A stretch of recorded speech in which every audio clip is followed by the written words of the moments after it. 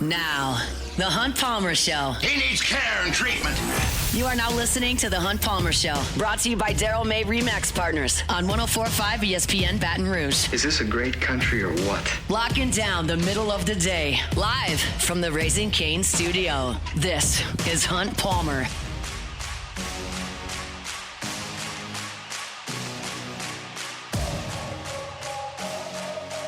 Hour 2, Tuesday edition of the Hunt Palmer Show, brought to you by Daryl May of Remax Partners. We'll chat Saints with Sharief Ishaq, as well as Tulane Blake Baker info with Sharief Ishaq coming up at 2:30. At the top of hour number 2, every Tuesday we bring in our guy Colin, former LSU tight end, LSU Alumni Association. He's here with us in studio. How are you, sir? I'm doing good. Great Thanksgiving break. Trying to stay under 270 pounds. So we're How's that going? On. It's going good. I'm still under there. We're okay, good. Was there a chance that we were going to breach the limit? Well, look, one more piece of pie. My mother-in-law makes an oyster dressing. Yes. And ever since I moved down to here, Louisiana, that's my go-to. So had a plate or two of that. There you go. All right, so let's talk about the situation at LSU over the last month or so. You were here when Les was fired. You saw Ed Ogeron come in as an interim and finish out that season, and ultimately he got that job. So you've kind of been around, even though it was your last year, so you didn't care that much who the next coach is going to be, I'd imagine. But you saw that transition, and then this has kind of been the next one. So what's been your impression of the way things have gone over the last month? Yeah, so for us it was similar but different because we had, like you said, Les got fired midway through the season. We had an interim coach, but the whole time there was talks like who we're going to hire. I know they talked about Herman, who ended up going to Texas. That's kind of how I think at one point we thought was going to be our coach. But yeah, while y'all were playing Texas A&M. Yeah, while we're telling Foster Morrow who's going to play tackle because they didn't use the tight end in Herman's system. So that was a good little joke there at the end of the year. But obviously it ended up being different. So O stayed, took over full-time duties. This time around, obviously Frank's not going to be the head coach. Lane has come in, which I think is exciting. I went to the press conference yesterday. There's a buzz around it. I think people are looking forward to what he can bring. I think this past year they've averaged 36 points a game. And I was looking at what our team would look like. Now, I know this isn't very realistic, but if we scored 36 points a game, our record would have been 11-1 this year. So just goes to show. I mean, we had a top 4 conference defense, and then you add that with an offense Lane can provide. I'm excited for the future. I think most fans are. So really looking forward to kind of see what this transition looks like. We'll see. You played for O and saw him get the head coaching job. I haven't talked about this on the show today, but there's a lot of talk about Ed Ogeron potentially coming to coach the defensive line for Lane Kiffin. He's talked about that on national shows. He's looking to get back into coaching very, very clearly. Lane talked about calling Ed Ogeron on Sunday. How do you think that would go if he came back and coached the defensive line? It's to me, it would be so awkward. And I think Coach O's great, and I think he'd be outstanding for our defensive line, but you got the guy who was running the show come back as a kind of a smaller role. If they can do it and make it work, I'm all for it because I think Coach O is great. He's a great recruiter, great coach. He would help lock the doors of Louisiana. But it certainly would be strange, I think, for him to go back to the small defensive line coach office as opposed to the big one up on the front corner of the building. I can think of one instance. I'm trying to rack my brain. But Bobby Petrino was just Arkansas's offensive coordinator, and he had been the head coach there. I'm trying to think if that circumstance has played out anywhere else that I can think of just off the top of my head. It's been done, and look, Ed Ogeron, as Lane Kiffin told him on Sunday, said you're at the best place you could possibly be. And Ed Ogeron's been doing the media tour and said that, hey, it's as good as it can get. And the guy that fired him doesn't work there anymore. So maybe? Maybe so. And also, we talk about Petrino. Did Petrino maybe weasel his way back into that interim job? Somebody calling Bobby Petrino a weasel, I'm never going to tell him that's false. So there are not a lot of folks that will go to bat for Bobby Petrino. One former Atlanta Falcon who lives in the area that we know well would not go to bat for Bobby Petrino.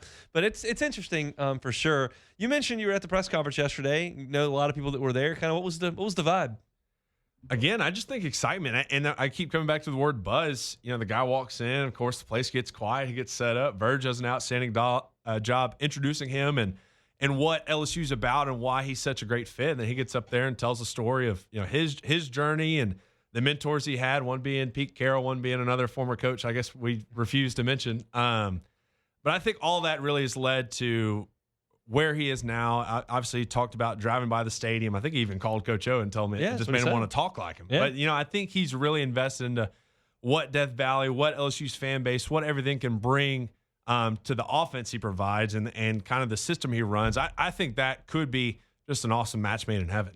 I do too. And he talked about being on the opposing sideline in Tiger Stadium. You've never done that, but the difference it makes, you have played in some of the smaller venues in the SEC, whether it's Vaught-Hemingway or Davis Wade or maybe Vanderbilt or Kentucky. Like, you can speak to wherever your experience plays, but like, is there a big difference in the environments in those smaller venues as opposed to the bigger ones like Neyland or Tiger Stadium? Absolutely. I mean, I think of, where he's coming from, Ole Miss, great environment, but again, they have 50,000 in the stands. The largest crowd ever 3 weeks ago was a 63,000. So yeah, you're a little over halfway of what we can hold. 40,000 short. Yeah, it's just night and day difference. I mean, I would compare it more to when we'd go on the road, and which we beat them every year, but Texas A&M was a place that, another 100,000 person stadium that, when they got up and rowdy, that you kind of felt it as a player. So I think it's a huge difference. I think he's going to really enjoy kind of being on this side of that. Even home games for us, like, obviously when we're on offense, Tiger Stadium's not as loud when we score, they are, but when our defense is out there and you're standing on the sideline and I couldn't have a conversation with you, us being 3 feet apart right now, it just goes to show what that home field advantage really looks like and why it's the best in the country. I'm excited to watch Lane Kiffin's offense with the next iteration. And I realize if you were talking about just one player, it wouldn't work. But if you can go with Malik Neighbors, Brian Thomas, Jaden Daniels, or with Jamar Chase, Justin Jefferson, Joe Burrow, with Zach Mettenberger, Odell Beckham, Jarvis Landry. Like, this happens every 3 or 4 years around here where you strike gold and you get that personnel group that is just incredible. And if you look at Ole Miss offensively, you don't immediately go to those huge names they've had. Like, Corral and Dart were nice players at quarterback for sure. But beyond that, like, you don't think of those elite LSU NFL guys. Like, what could that look like here? Look, I think this system, plus the fact that the state of Louisiana has the most professional athletes per capita, is just such a strong combo. I mean, like you said, you got these guys that come out of nowhere, it feels like, in Louisiana. They just grow them out of the ground, and there's a first-round wide receiver, quarterback, running back, linebacker, safety, defensive tackle. I mean, they're grown everywhere here. As a Texas kid, I mean, I've seen that just coming in. I've talked to my buddies that played at Dutchtown, and they're like, oh, yeah, one of our teams had Landon Collins, Eddie Lacy, Eric Reed. And I was like, holy cow, did y'all win state? They're like, no, we lost in the second round. I was like, how? And they're like, everybody's good. I'm like, man, it's just 9 day difference. So I think you give Lane that, man, we're going to be something to look out for.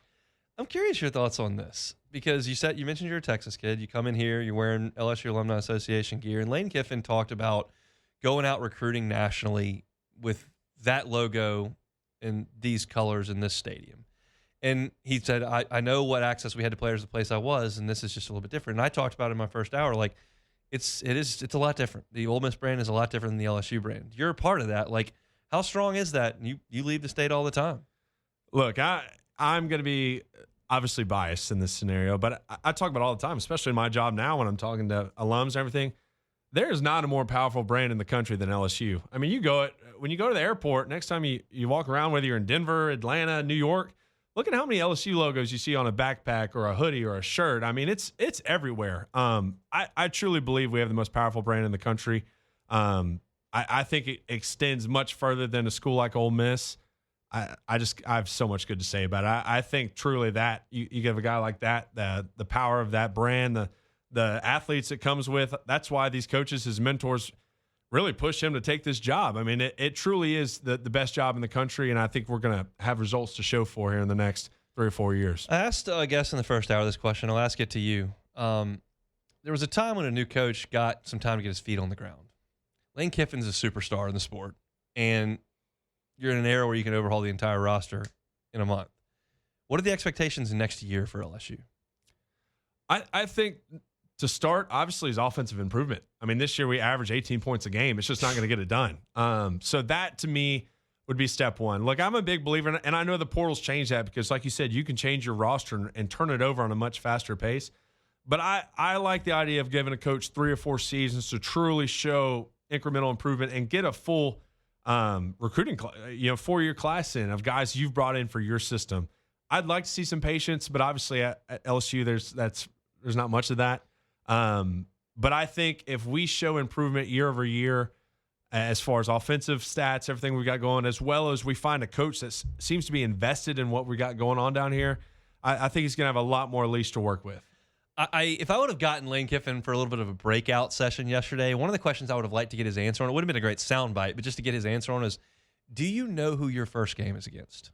Because I don't know if he knows that or not, but you're in Tiger Stadium against Clemson. Like, that's your first game. So the intensity level in this town for that game on Labor Day weekend is going to be astronomical. It'll be the biggest season opener in Baton Rouge.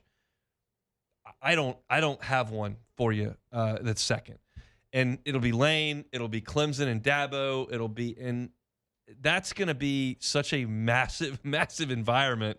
I don't think it's going to necessarily be indicative of the entire tenure that he'll have here, but it's just such a pool to be dunked into. Like, you would think you'd get maybe a victory lap against Western Kentucky. No, you get Clemson, game one. Yeah, no, get your popcorn ready. In the words of Lane, let's go. We might as well. Let's hope it doesn't go like that game did. Yeah. That game got ugly. We might as well kick this thing off. You know, I think it's going to be exciting. I think that'll be one of the more sold-out games in recent history. I think people will be fired up and show Clemson and show Lane kind of what this home crowd could really be like. We'll see what's going on with the alumni association as we get closer to the end of the year. Oh, man, we got all sorts going on. The biggest thing is, I don't know if you've heard, LSU basketball is playing this doubleheader in the Smoothie King Center. I'll be there. On December 13th. We will also be there. We've partnered up with the Smoothie King Center. We're going to have the Hub Club kind of be our reserve spot. We're selling tickets. If you want to contact and get more information, go on to lsualumni.org, and then we'll have some information out there for you to get involved. And it'll be a great event. Get food, get great seats, watch the doubleheader, men's and women's. I believe both are ranked right now. Should be a great Saturday. Both undefeated and scoring a ton of points. Yeah. LSU's net is 19th at this point in the men's side, and the women score 100 every night. So you got that going for you. It's going to be a cool environment for that doubleheader in the Smoothie King Center coming up in a couple of Saturdays. LSU Alumni Association will be there. Colin's here every single Tuesday. Thank you, sir. Yeah, thanks for having me. Colin Jeter with the LSU Alumni Association. We'll come back, continue the discussion, LSU, Lane Kiffin, all of it next. The Hunt Palmer Show. Daryl May with RE/MAX Partners, licensed real estate agent, Louisiana and Mississippi. Check out his website, darylmayproperties.com, darylmayproperties.com. If you're looking for a home in Baton Rouge, he can cover that for you. If you're looking for a home outside the city limits, maybe in St. Francisville, somewhere in the Felicianas, he's got that covered as well. Looking for a hunting property, Daryl May can do that. Looking for a property on the coast in Mississippi, Daryl May can do that as well. His number, 268-6915, 268-6915. You can find him online at darylmayproperties.com. Anywhere in Louisiana or Mississippi, check out the website, darylmayproperties.com. This is the Hunt Palmer Show, brought to you by Daryl May RE/MAX Partners. Looking for land to hunt or build? Call Daryl May RE/MAX Partners.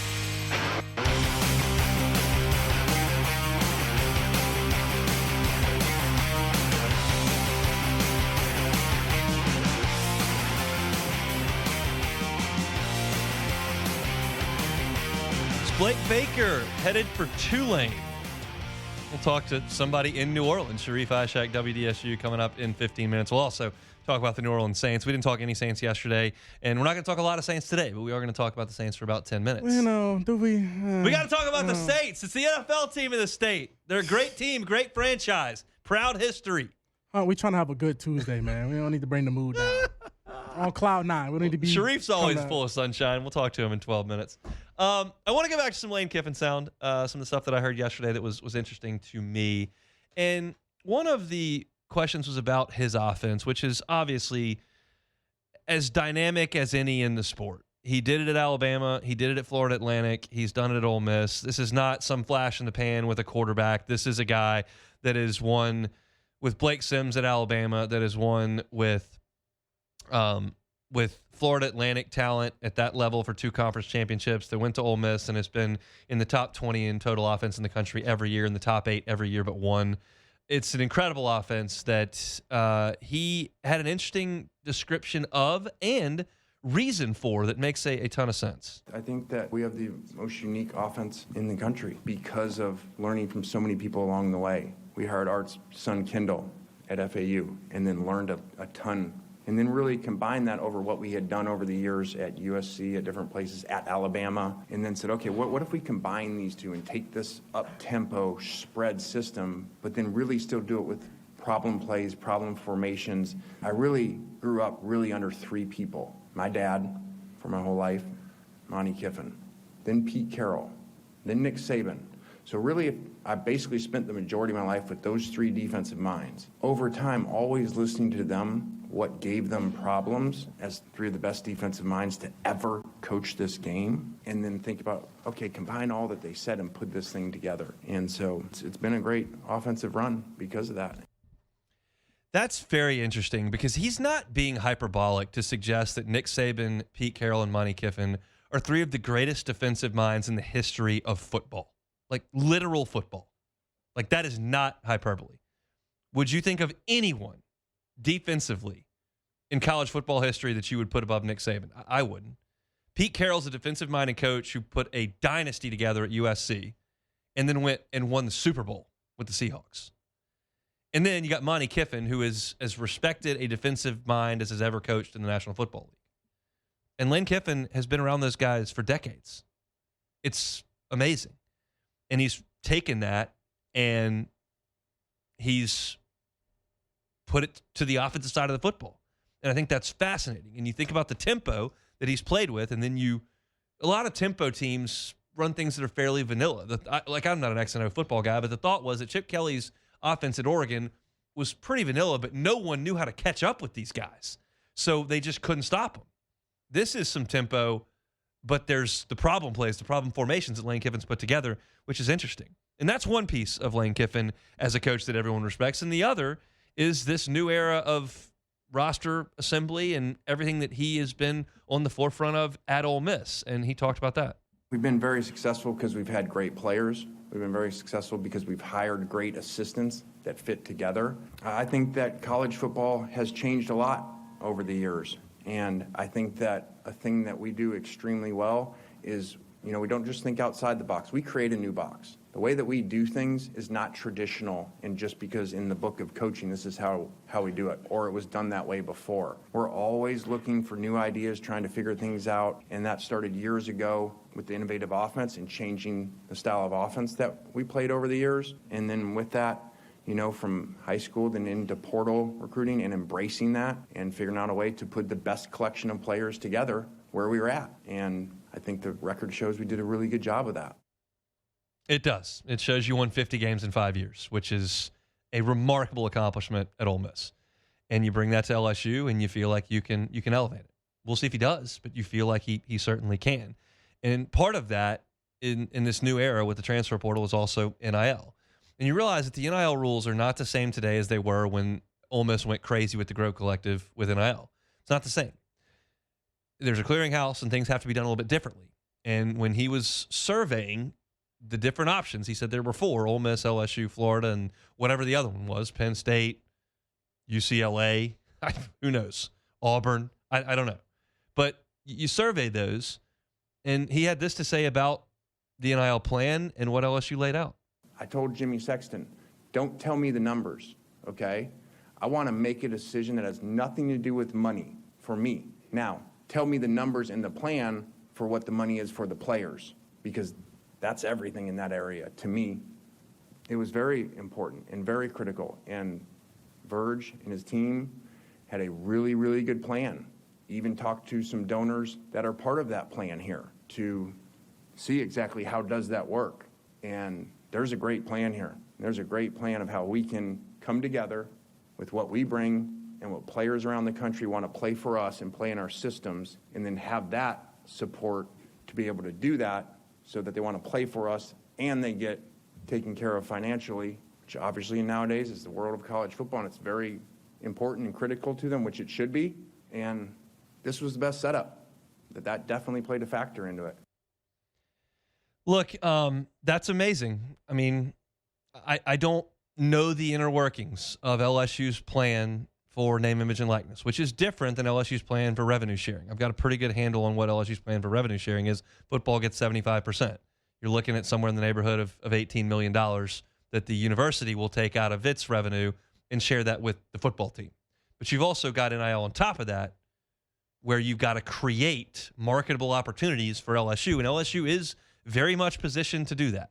You've got an entire department. I go and do the pre- and post-game show from the 3rd floor of the south end zone of Tiger Stadium, and it's called The Brand. And they've got all kinds of students and then employees that are there to create opportunity for LSU. Taylor Jacobs and her department, they go through business people and they create legitimate marketing opportunities for LSU student athletes.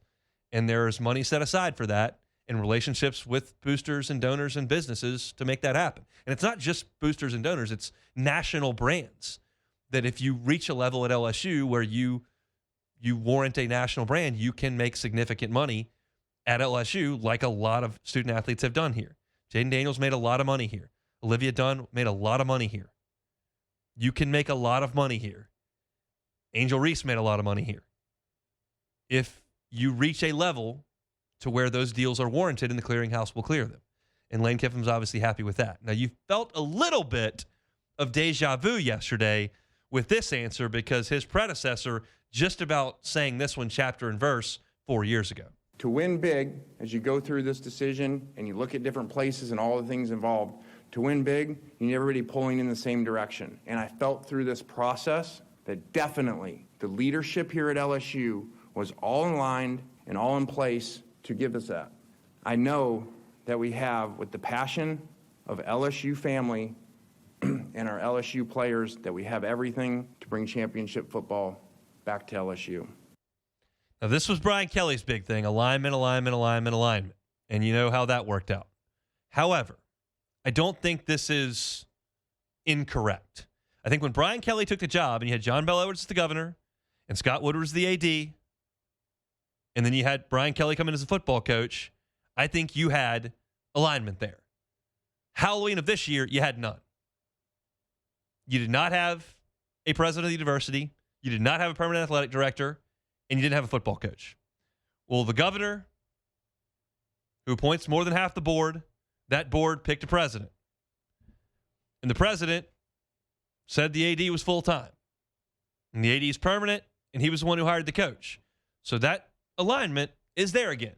Now, there was a chance that you were going to have an interim athletic director hire this football coach if Verge was not given the permanent title. And at that point, you would not have had alignment if you hired a permanent athletic director after that, because he would not have picked the football coach. But now you've got a governor that picked the board that picked the AD, and the AD to pick the coach. You've got the alignment. And I do know that Verge Osbury, who is directly above, he's directly above Lane Kiffin, and then you've got Dr. Roos, who's the president right above Verge. Like, those three are in a line, and you got Verge that loves LSU, and you've got a board that is full of people that love LSU. So I think that everyone is pulling in the same rope. It took a month, and they got it together because it wasn't this way a month ago. But now I don't think Lane Kiffin is blowing smoke there. You're going to get national people that hear him say that, and they're going to go, are you kidding me? You're talking about the same place where the governor fired the athletic director who couldn't fire the football coach, but then they said they fired the coach, but then they said he didn't fire the coach because the athletic director couldn't do it, and then they got the president involved, and then you're telling me that mess, that is aligned? Well, none of that's there anymore. You've got it lined up the way it's supposed to be. I talked about this on Monday. Was this the cleanest process I've ever seen? No, long way from it. But the result of the process is that. So I think that's a very much a positive for LSU. Before we get to Sharief Ishaq, I've just got some just bummer news. It's regarding LSU basketball. LSU just released a statement. Jalen Reed suffered a season-ending injury in the tournament over in Destin. It's an Achilles injury. Of course, he missed almost all of last year with an ACL injury. It's his fourth year in the program. He's been here since Matt McMahon was here. Really was playing well on a deep front court, and it's heartbreaking to watch a kid come back from an ACL injury, fight.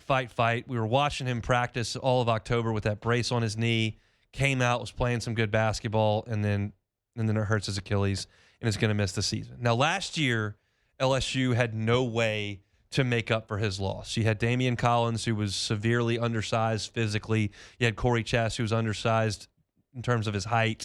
You didn't have anyone to throw the ball to on the block to go do anything offensively. And it showed. And this year's team really needs Jalen Reed, but you do have depth.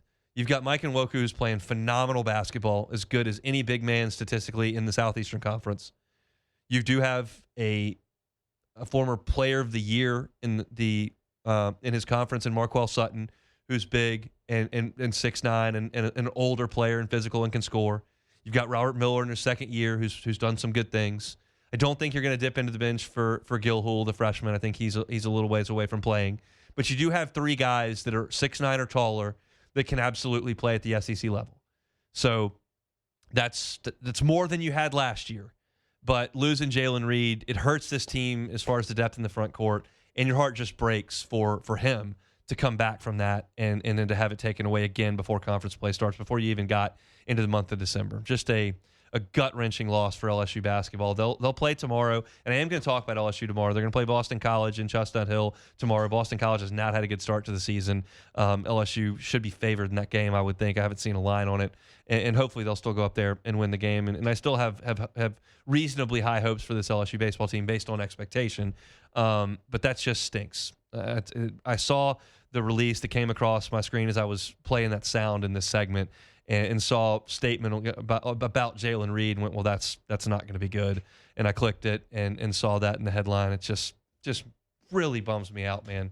Really does. We'll talk about LSU basketball tomorrow. We're going to go to Blake Baker and the Saints here, but I want to pass that along that Jalen Reed going to miss the rest of the season for the second year in a row before Christmas with a season-ending injury. Just stinks. All right, we'll come back. Sharief, Ishaq talking Saints and Blake Baker and Tulane. That's next. The Hunt Palmer Show. The Highland Insurance Group, HighlandIG.com, HighlandIG.com for all your property and casualty needs, your commercial insurance needs. They can help you out, the Highland Insurance Group. They're experts, technically, when it comes to examining insurance policies. Not everyone in the insurance game is like that. There are a lot of folks that are just good salespeople that just try to cut corners with cost and win on price point, and that's how they generate business. And that's one way to do it, but I would not suggest that that's the best way to handle clients. And so the Highland Insurance Group doesn't do it that way. They take their prospective clients, they analyze those policies, and they make sure their clients are taken care of for those premium dollars. There's a lot of insurance jargon in those policies, and sometimes things get lost. And then you pay that money for the policy up front. You have something you think you're covered for. You're not because of an exclusion. And then all of a sudden, you're out on both ends. The Highland Insurance Group is not going to let that happen. They understand premium's important to their customers and their clients. They understand that, and they take it very seriously. But they also want to make sure that you're covered. And they have experts to make sure you're with the right market at the right price for your business. If you're happy with your insurance broker currently, stay there. But if you'd like a second opinion, the Highland Insurance Group would love to help you with that. It's the Highland Insurance Group. Find them online, HighlandIG.com. This is the Hunt Palmer Show, brought to you by Daryl May Remax Partners. Looking for land to hunt or build? Call Daryl May Remax Partners.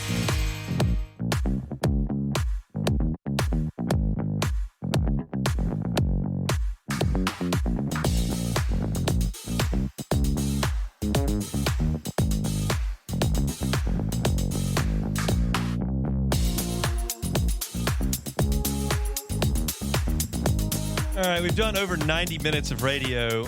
No, sorry, that's incorrect. That would be 3 hours and 30 minutes of radio, and I can't do that in terms of math. But 3 hours and 30 minutes of radio this week. We have not talked about the Saints. We will do that with Sharief Ishaq here coming up. But I want to start things talking about Tulane. John Summerall headed to Florida. Sharief, how you feel about that? Deserving, man. He was almost in tears today at the press conference talking about having to leave Tulane and everything he's built here. But very deserving of the job. It is what it is, man. It's this job, if you can do what Summerall and Willie Fritz did in their time here, it's going to springboard you to a much bigger job and put you in an even better situation long term. And that's what Summerall did. He gave this, he picked up where Willie Fritz left off and elevated even more. And I know how Florida fans are, and they can be fickle and they can be grumpy and always unhappy. They're very tough on their coaches and players, but they should certainly appreciate John Summerall a lot because he's the football maniac. He is going to do his best to win, and he did it here. Now they're one win away from doing something Tulane has never done before. Their biggest game in school history is being played here Friday on campus. So Florida's getting a great coach. They're getting a guy who's very motivated and loves the game of football. All right, so let's talk about Tulane's opening, specifically Blake Baker's candidacy for that. How are you feeling about that uptown? I don't know, man. It's tough. If we're him, it's a good job to take. I mean, he played linebacker here at Tulane. I mean, it's if you're trying to get into the head coaching, field, it's to be a good start for him. He should see the success that they've had at Tulane under Fritz and Summerall and be like, yeah, this can help elevate me and get my coaching career started now. It'd be hard to pass up on it for him. I mean, I don't know what his salary is at LSU. You're probably better suited to answer that question, but I think this job pays $3.5–4 million. Now that is John Summerall's salary because of his previous head coaching stints and what he did, and he got an extension in the pay raise. But if he is indeed trying to become a head coach, this would be a perfect situation for Blake Baker. Now, I understand LSU fans don't want to lose him, but eventually, if he continues at this pace and becomes a much better defensive coordinator, if he does stay with Lane Kiffin, they're going to lose him anyway. So if it were him and he is like the top candidate and they offer him the job, he should take it. It'd be foolish not to take it. I mean, because you never know what will happen to you if you remain as defense coordinator. I know he probably wants something bigger, but it'd be a good place to start considering what success Tulane has had. Yeah, I don't think there's any doubt if he was offered, he would take the job. The question is will Tulane go that direction, or the way what they've done the last two times, which is hire a sitting head coach who's done a really good job there with Fritz and then with John Summerall. So we'll see what the future holds for Blake Baker. Let's transition to the Saints. Saints lose over the weekend in Miami. It was a wild finish, ugly first half. What was your biggest takeaway from Sunday? I'll start with the positives in Tyler Ishaq. I really liked what he did there in the second half. He engineered the offense really well. Saw a little bit of Devin Neal playing better, but just the way Ishaq continues to climb the pocket, how he stays in the pocket long enough to know, hey, I'm going to survey the field. I'm going to look at every opportunity and any player I have, see if I can complete a pass. If it's not there, I'm going to get out of the pocket and see something else opens up. You saw him move out of the pocket a few times and make some connections with Devon Bailey, who everyone's been waiting to see and waiting to see some big games. I mean, that was his best game so far. And then the touchdown pass to Chris Olave. I mean, even the touchdown pass to Neal, he just floated it back there because he saw Neal break off his route and get to the back of the end zone. But I thought he played well. But is he a franchise quarterback yet? No, absolutely not. Because I said there are going to be some good games. There are going to be some bad games. I mean, there's still some bad games to probably come, and there are going to be some very good games that make you think, all right, he could be maybe the franchise quarterback. The bad, Hunt, Kellen Moore, play calling, short yardage situation, start of the game. This team only has 19 points in the first quarter, which is the worst in the NFL. He's got to figure out his play calling. I understand what he has to work with, but he still has to figure out how to use those pieces the right way. I am discouraged by some of the things I've seen from Kellen Moore and his play calling. Devon Bailey on Sunday.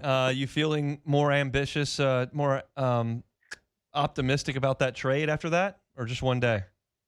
I'm not a fan of giving up a fourth round. I don't care about 7 round. Fourth round pick for a receiver that's 27 years old. It is awesome to see that, but still, he's 27. But I understand the Saints have missed a lot on their fourth round picks. Still, that's a fourth round pick I would want. But it is what it is, and you hope that you can get, that type of production most of the season out of him starting next year, and that you hope that you can get that with he and Tyler Ishaq. So it is what it is, and I think that they're just going to have to stomach that they traded a 4th and 7th to Sean Payton for Devon Bailey. My thing on it is, this is just a little bit of devil's advocate, a little bit of how I feel. A 4th round pick is a crapshoot. Every draft pick is, but a 4th round pick certainly is. You already knew he could produce at the NFL level, and he gave you something you did not have, which was a bigger body receiver. So I understood it from that perspective. I know the Saints are in get younger mode, and the age thing is a bit of a hurdle, but he was more proven than just your regular 4th round draft pick out of NC State. Yeah, you're right about that. You can talk about it from that angle as well. You have somebody who's at least somewhat showing it on the field in the NFL compared to, let's just say, like a Traquan Smith. I understand it from that perspective for sure, but it's tough, man, when you're trying to rebuild a team. It's tough. It's tough to say I'm giving up a 4th round pick for a guy who's 27 years old. It is what it is, like I said.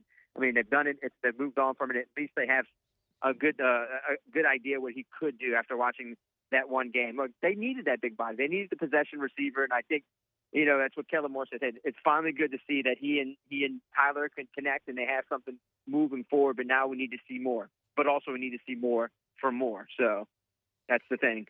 Defensively, Kool-Aid with the pick. Kool-Aid with the big tackle in the backfield. The pick wasn't the greatest play I've ever seen, but he did make a play on the ball in the end zone. Stinks. Yeah. I'm not going to say Tua's not a good.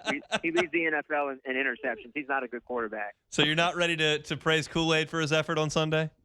I praise him for his effort. Yes, I praise him more for the TFL in the backfield on fourth down. That was a really good play. But look, Tua could not get out of the way. I mean, if Tua was that's half as better than he was in that game probably would have been close at all. I mean, they weren't giving the ball to Achane that much, which he should have been a Saint, by the way. You give him credit where credit's due. Yeah, sure. They took advantage of a bad game plan by Mike McDaniel and Tua not being accurate. So, you got to give him credit where credit's due. So, yeah, I think Kool-Aid's play in the backfield was much more impressive than him lofting a ball into the end zone for anybody to take. Got a key on or a thought? Maybe not a key, a thought on Sunday's game? Oh, they're not winning that game. I mean, as long as they keep developing and showing promise, I know that's like not the greatest of thing, not winning games. I know. At some point, they're going to steal a game from a good team. I don't really have any good teams left, though, hon. Outside, they got the Jets, the Panthers. Maybe they steal some reason that the Panthers kryptonite and Bryce Young kryptonite. So maybe they beat the Panthers again. They're probably going to steal 2 more wins. They'll probably 4 or 5 wins this year. That's exactly what Vegas said. So, it is, once again, what Sean Payton said.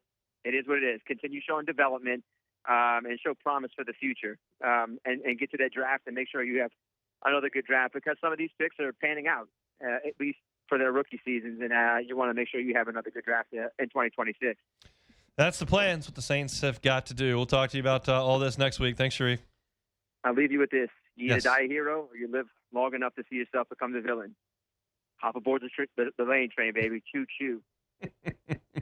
LSU's not going to get a lot of national love at this point. Thanks, Sharief. He is with WDSU down in New Orleans. All right, we got one more segment to go. Some breaking news about Charlie Weiss Jr. We'll tell you what that is when we come back.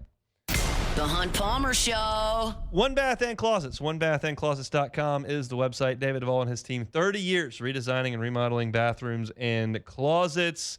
He can do big remodels. He can do something simple like a tub-to-shower conversion. I asked David a couple of months ago when we were meeting, having breakfast, said, how long does a tub-to-shower conversion take? Said, well, it depends on the scope of work, so I can't tell you every single one's exactly like this. But 3 to 4 days, 3 to 5 days, tub-to-shower conversion. So if you got one of those big 1990s style jacuzzi tubs that you never use, but it's been in that home for 30 years, and you're like, I got to get rid of this. Well, get rid of it and use that space. It's a lot of space. And put a glass walk-in shower there. It changes the complete functionality and aesthetic of your bathroom. Add some value to your home. Everybody's happy. And it doesn't take very long. If you're thinking about pricing, he'll let you know about that. And there's financing available, 0% up to 18 months. Do something simple. Not every renovation is 6 months and hundreds of thousands of dollars. Tub-to-shower conversion can be less than a week. It may be something that can change your bathroom for the better. Get the free consultation, OneBathAndClosets.com, OneBathAndClosets.com. This is the Hunt Palmer Show, brought to you by Daryl May Remax Partners. Looking for land to hunt or build? Call Daryl May Remax Partners.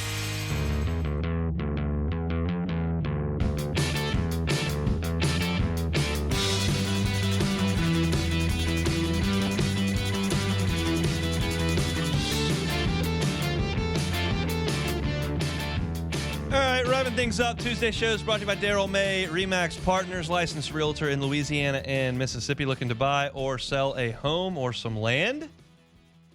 Daryl May, Remax Partners, Louisiana or Mississippi. So I teased coming into this segment, coming out of the last segment, I should say, news about Charlie Weiss.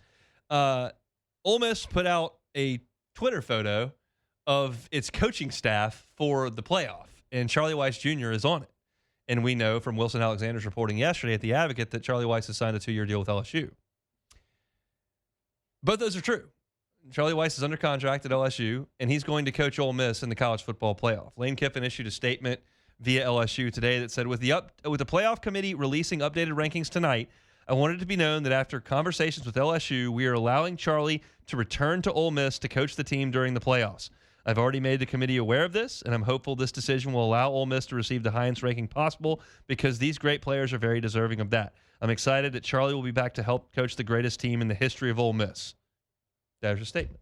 So Charlie Weiss Jr. is going to go back, and he's going to call the plays for Ole Miss, and that does help him. I told you at the end of hour number 1, I was like, this is good that LSU's got that brain trust moving forward, but to take Lane Kiffin and Charlie Weiss away from Ole Miss for this playoff run is crippling to Ole Miss's offensive continuity because they don't have another play caller. They would probably have to go to Joe Judge to call plays, and Joe Judge has never been an offensive coordinator to my knowledge. Now, he's been an NFL head coach, which is, they don't just give those away. You got to earn that, but he's not a play caller. So that would have been a huge, huge detriment to Ole Miss moving into the playoff. Now, Charlie Weiss Jr. going up there, they can just kind of run their offense. Like, yeah, you'd like to have Lane Kiffin there. He's the brain. He's the top of the whole thing. But Ole Miss now has a better opportunity in the college football playoff. And while I am very appreciative of Charlie Weiss coming to LSU to be LSU's offensive coordinator, I hope he does great at LSU. I don't need him to win another game at Ole Miss. That's just the way I feel about that. LSU's got its own things to worry about, its own stuff to worry about here, as opposed to who and what and where Ole Miss is going to play in the college football playoff. But Charlie Weiss will be there for the Rebels. Then will start his career, or his tenure, I should say, at LSU as the offensive coordinator, assuming he doesn't get a head coaching job somewhere else in the meantime. So that's the latest on all of that. Let's now play some Take It or Leave It. Take it or leave it. Take it or leave it. Presented to you by Flight by Yingling, the next generation of light beer, crafted by America's oldest brewery. Today's hottest stories in sports, news, and sometimes even Hunt's life. The question is, will he take them or leave them? Flight by Yingling, the next generation of light beer. It's just 95 calories. It's only 2.6 carbs. That's exactly what you're looking for a light beer, but it also has all that flavor that you're looking for in a cold beer. Yingling, the oldest brewery in America, Pottsville, Pennsylvania, still to this day family run. Yingling, Flight by Yingling, next generation of light beer. All right, let's keep it in Pennsylvania with Okay. National Signing Day tomorrow. Penn Yes. State currently has 5 recruits, Yeah. no head coach, and the 129th best class in the country. Is Penn State in trouble? Take it or leave it. I'll leave it.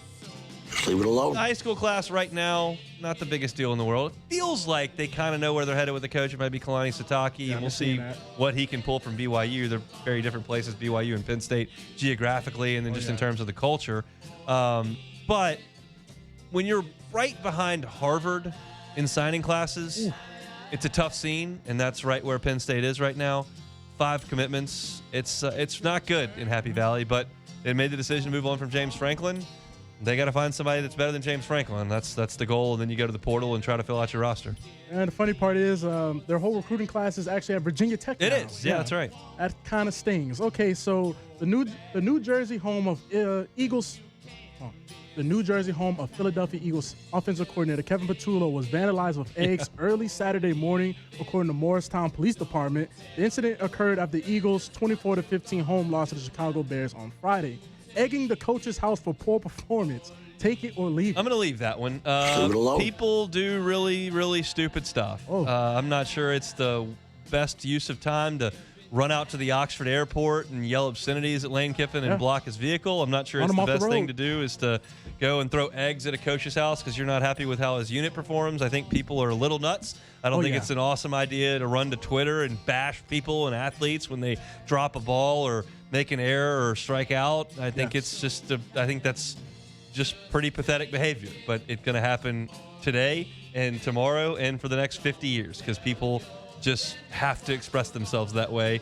I don't really get it, but it's going to happen. I'm more scared that his home was this accessible, that they knew where it's and how they're able to get in there. And, that's a little, you might need to go to a gated community, Mr. Patullo. So, last but not least, this one really is more, I ain't going to say it's a take it or leave it, but I want to know your thoughts. Okay. Brian Kelly is more hated nationally than Lane Kiffin. Take it or leave it. Jeez. Yeah. That's very difficult. Yes. I would say I will take it. I'll take it. I don't know that you've got really any support for Brian Kelly anywhere. Yeah. You don't have any in Baton Rouge. You don't have any in South Bend. Ooh. And nationally, he gets a lot of that thrown at him. He's just not very affable. I think there are some people that still find Lane Kiffin endearing on Twitter. Yes. He's certainly got a lot of support in Baton Rouge today, so there's some of that. He's got a team and a fan base that's behind him. So I would suggest that Lane Kiffin more so, but it's not. Neither one has a very high approval rating if you want to play the political game. It's not very high, but that's okay. Just got to win some football games. That's it for Take It or Leave It. That's it for Take It or Leave It. Just so much happening. I invite y'all to go over to LouisianaSports.net. We'll keep up with all of it for free. LouisianaSports.net. If you missed any of the show, catch it on demand. Matt's going to drive you home next on After Further Review. We're back tomorrow, signing day edition. The Hunt Palmer Show. The Hunt Palmer Show. Marucci's Hitter's House. It's open. It's popping. It's where you need to be. If you have got a youth baseball player, a youth softball player, spring season's around the corner, and you can get incredible savings and swing into the holiday at the Hitter's House warehouse sale Monday through Friday, but not just this Monday through Friday, all the way through December 14th. You can have incredible deals on Marucci, Victus, Balm, Lizard Skin, the stable. They've got footwear, cleats, trainers, so on and off the field. You are set like the pros.